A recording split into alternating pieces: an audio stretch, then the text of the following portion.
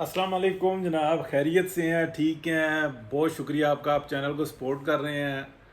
مسئلہ ادھر سے یہ ہوتا ہے میری جانب سے کہ وقت سے بہت پہلے میں نیوز دیتا ہوں، اور کیونکہ وہ نیوز ہفتہ دو ہفتہ تین ہفتہ بعد آتی ہے، بعض ٹائم مہینے دو بعد آتی ہے، تو ایسا لگتا ہے کہ جیسے نیوز آئی اب ہے، حالانکہ میں پہلے دے چکا ہوتا ہوں۔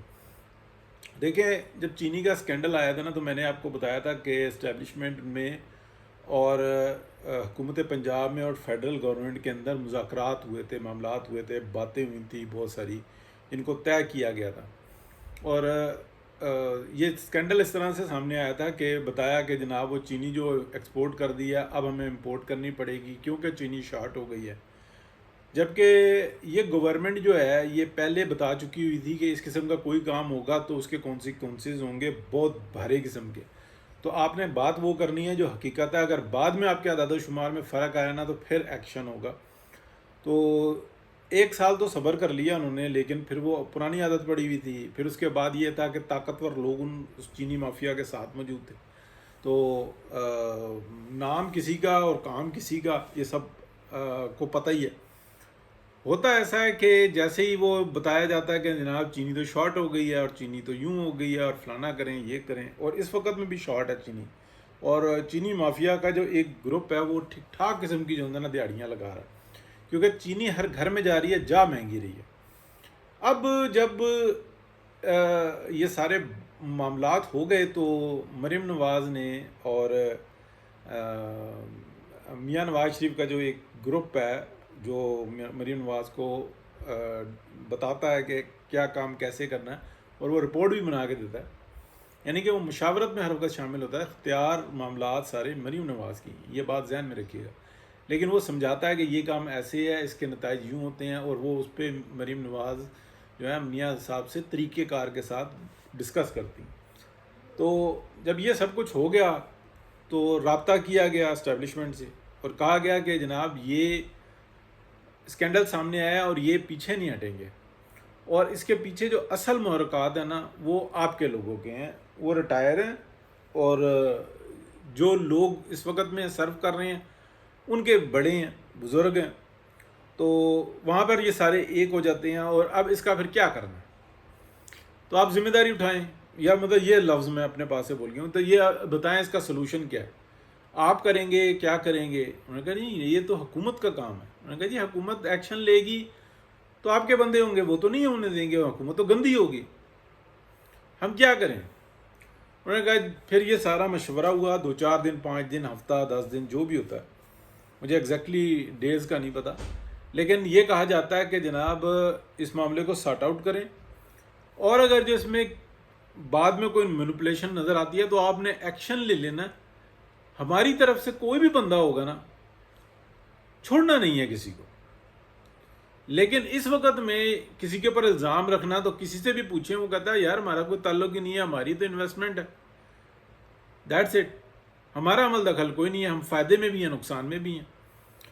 تو اب یہ جو حکومت نے انسانہ کام کیا، تو میں نے آپ کو اس وقت میں بتا دیا تھا کہ جب یہ معاملہ ریورس کی طرف آئے گا، یعنی کہ چینی امپورٹ ہو جائے گی، اور جب امپورٹ ہو جائے گی تو پھر وہ کٹا کھلے گا کہ اچھا اچھا چلو اب کریشنگ شروع ہو گئی ہے، نئی چینی میدان میں آ گئی ہے، پرانی چینی بھی بیچ میں مکس کر دی جائے گی، اب جو نا چینی اضافی ہو گئی ہے تو اس کو ایکسپورٹ کر دیتے ہیں، چینی کی مدت تو اتنی نہیں ہوتی، تو پھر جو نا آم کے آم اور گٹھلیوں کے دام، یہ پھر سلسلہ شروع ہوگا جو کہ ہوتا ہی رہتا ہے، اور اس میں جو بینیفیشرز ہوتے ہیں وہ سارے جو نا طاقتور لوگ ہوتے ہیں۔ تو جیسے یہ سب کچھ ہوا، منظوری دے دی گئی اور کہا گیا کہ جی ٹھیک ہے چینی امپورٹ کرو، اور ساتھ ہی جو نا یہ انکوائری کر دی گئی کہ چینی کو پتہ کرو کہ کس جگہ گئی۔ اگر یہ جو پہلے اعداد و شمار دیے گئے تھے تو یہ کیا اعداد و شمار غلط دیے گئے تھے کہ یا چینی موجود ہے؟ اب کچھ چینی ملی ہے، کچھ چینی مل نہیں رہی، کچھ چینی کو ایکسپورٹ کرنے کی کوشش کی جا رہی ہے انلیگل وے سے، وہ ہو نہیں پا رہی، تو ادھر بھی جو نا نظر ہے، ٹھیک ہے کہ بارڈرز پہ جس کا اختیار ہے اسی کا اختیار ہے، لیکن معلومات جو ہے نا وہ حکومت کو مل جاتی ہوتی ہے۔ اب یہ کہہ لیں کہ ریاست کے اندر ریاست والی بات جو ہے نا وہ کمزور پڑ رہی ہے، اور وہ درست ملک جو ہے نا مضبوط ہو رہا ہے، اور وہ ریاست کے اندر جو ریاست ہے دونوں جانب سے وہ جو ان نا کمزور پڑ رہی ہے. تو یہ اگر آپ دیکھیں گے کہ جیسے جیسے یہ چینی کا بحران جو نا کم ہوگا، چینی اضافی ہوگی اور پھکے کھائیں گے لوگ. ٹھیک ہے، ایکسپورٹ بھی ہوگی، کرنی پڑے گی، لیکن بچے گا کسی کو کچھ نہیں. مافیا کو کسی کو کچھ نہیں بچے گا، بلکہ جب یہ ایکسٹرا چینی نکالیں گے نا تو اب آپ دیکھیں گے ان کو سزائیں ہوں گی. ابھی بھی آپ کو پتہ ہی ہے کہ بلیک لسٹ میں بہت سارے لوگوں کا نام ڈال دیے گئے ہیں. بہت سارے لوگوں کو یہ کہا گیا ہے کہ اچھا بتائیں اس میں شیئر ہولڈرز کون کون سی. پھر یہ کہا گیا ہے کہ بتائیں کہ چینی آپ نے اس وقت میں یہ ایکسپلینیشن کی تھی تو اس وقت میں کیا صورتحال تھی. اب کوئی ریکارڈ آگے پیچھے کر رہا ہے، کوئی کچھ کر رہا ہے، کوئی کچھ کر رہا ہے، تو لینے کے دینے پڑے ہوئے ہیں. ہاں یہ بات ایک گروپ جو ہے نا جو پک اینڈ چوز والا ہے وہ اس وقت میں بینیفٹ اٹھا رہا ہے، اور وہ اگر بینیفٹ اٹھا بھی رہا ہے تو میں یہ بات کہتا ہوں کہ وہ غلط کام کر رہا ہے. لیکن ہر ایک کو نہیں پکڑا جاتا، یہ طریقہ کار نہیں ہے. دیکھیں، ذخیرہ اندوزی اور سیان پتی میں صرف اور صرف نیت کا فرق ہے. ایک بندہ مارکیٹ میں جاتا ہے، وہ یہ کہتا ہے یار ایک چیز وافر مقدار میں مل رہی ہے، میں یہ لے لیتا ہوں کیونکہ آگے تو شارٹیج آنی ہی آنی ہے، اس کی تو ضرورت پڑنی ہے، میں لے کے رکھ لوں گا تو بیچ دوں گا وقت پہ، اس میں اچھا منافع ہوگا. اور ایک بندہ آگے کہتا ہے کہ یار وافر پڑی ہوئی ہے، میں اٹھا کے نا اس کو چیز کو شارٹ کر دیتا ہوں اور جو ہے نا پرائز وہ بہت اچھے ہو جائیں گے. صرف نیت کا فرق ہے ذخیرہ اندوزی میں اور سیان پتی میں. ایک حلال ہے، ایک حرام ہے. تو یہاں پر جو ہے نا یہ جو معاملہ ہے یہ حرام ہے حرام کا. لیکن جو ایک گروپ ہے جس نے پک اینڈ چوز کیا کہ بس اس نے پکڑ لیا، اٹھا لیا اور یہ سب کچھ کر رہا ہے، اس کو آپ کچھ نہیں کہہ سکتے، نہ کہنا چاہیے.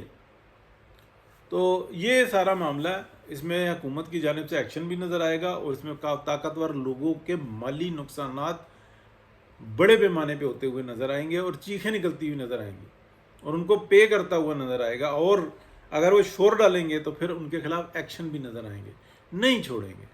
اس لیے کہ میاں محمد نواز شریف نے نا اس دفعہ میں وہ سیاست کے لیے کہ جس کو اصل سیاست کہتے ہیں، جس کو لیڈر کہتے ہیں، انہوں نے کمٹمنٹ کی اس ملک کو بچانے کی، ساتھ دیا. ان سے کہا گیا کہ جی آپ وزیر اعظم بنیں گے اور یہ ساری ہوا ہے اور الیکشن بھی ہوگا، فری اینڈ فیئر ہوگا. لیکن بعد میں ڈاکٹرائن بھی پڑ گئی اور فیض نیٹ ورک بھی پڑ گیا.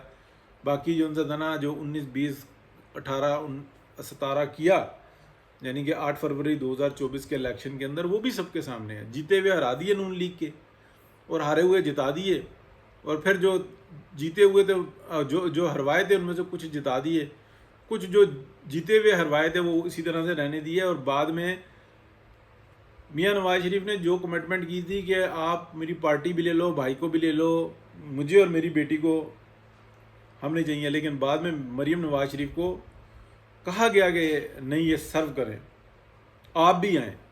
لیکن کہا کہ میں نے تو آنا ہی سادی اکثریت سے تھا. وہ سارا معاملہ الٹ پلٹ کر دیا. الیکشن اس طریقے سے کہ اذہان کے اوپر قابو پا کر یہ الیکشن لڑا گیا تھا، یہ ہر طرح سے جنزانہ لڑا گیا تھا، یہ سب آنکھوں کے سامنے ہوا تھا.